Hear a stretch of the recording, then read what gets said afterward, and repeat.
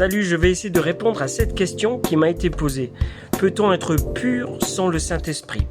Alors normalement, au lieu de dire à une personne qui a le Saint-Esprit de Dieu dans sa vie, tu es béni, dans le sens de favoriser, on devrait plutôt dire que le Saint-Esprit est à l'œuvre dans ta vie, ou le Saint-Esprit est manifeste dans ta vie. Pourquoi je dis ça ? Parce que le Saint-Esprit est la bénédiction de Dieu lui-même, et personne n'est béni en tant que tel. C'est la présence de Dieu par son Saint-Esprit dans la vie d'un homme qui le bénit. La preuve en est que dès que cette présence se retire, l'homme qui était béni auparavant perd cette faveur.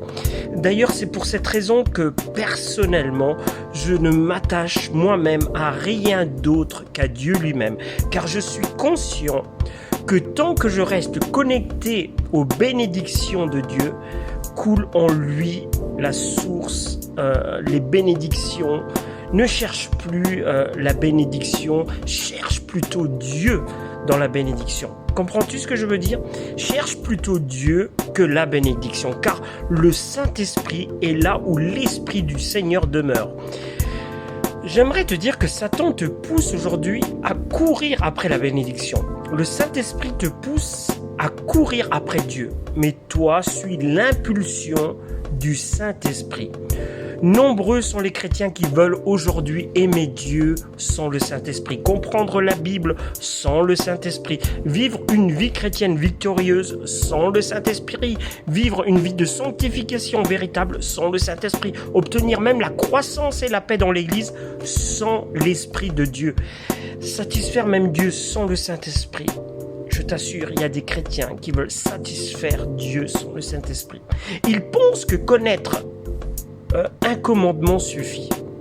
Sans moi, vous ne pouvez rien faire. Jean 15, 5. Il est tellement important de comprendre ce verset. Mais j'aimerais te dire aujourd'hui, apprends mieux à connaître le Saint-Esprit. Réalise qu'il vit en toi. Révèle-le, donne-lui la première place. Comme tu donnes la première place à Jésus de venir y siéger. Fais de l'Éternel ton Dieu tes délices. Mets Jésus à la première place et tu verras que tu vivras une vie qui plaît à Dieu. Tu sais, vivre sans le Saint-Esprit, tu peux être pur d'une certaine manière, selon les hommes.